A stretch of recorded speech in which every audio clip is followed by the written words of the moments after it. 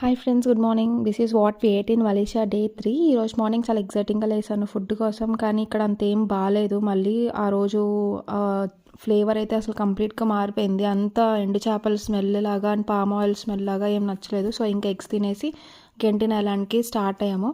ఇది ఒక rope way అనమాట. దీని దగ్గరికి రావడానికి మనము ట్రావెల్ చేయాలి. ఒక 1 hour ట్రావెల్ చేస్తే ఒక బస్ స్టాండ్కి తీసుకొస్తారు. అక్కడ మెట్రో ఉంటుంది, బస్సెస్ ఉంటాయి and also this rope way కూడా ఒక బస్ స్టాండ్ లాంటిదే ఉంటుంది.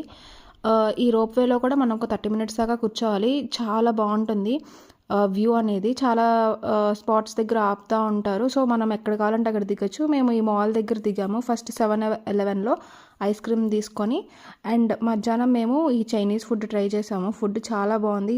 ఇది కూడా మార్నింగ్ వచ్చిన ఫ్లేవర్ వస్తుందేమో అని చాలా భయపడ్డాం, కానీ మనకు అట్లా ఫ్లేవర్ ఏం రాలేదు. బట్ చాలా బాగుంది టేస్ట్ అయితే. చికెన్కి చాలా లిమిటెడ్ ఆప్షన్స్ ఉన్నాయి. ఇలాగా చాలా బాగుంది మాల్ అనేది. చాలా డిఫరెంట్ టైప్స్ ఆఫ్ షాప్స్ ఉన్నాయి అండ్ మేము ఈ ఫిష్ పెడిక్యూర్ తీసుకున్నాము.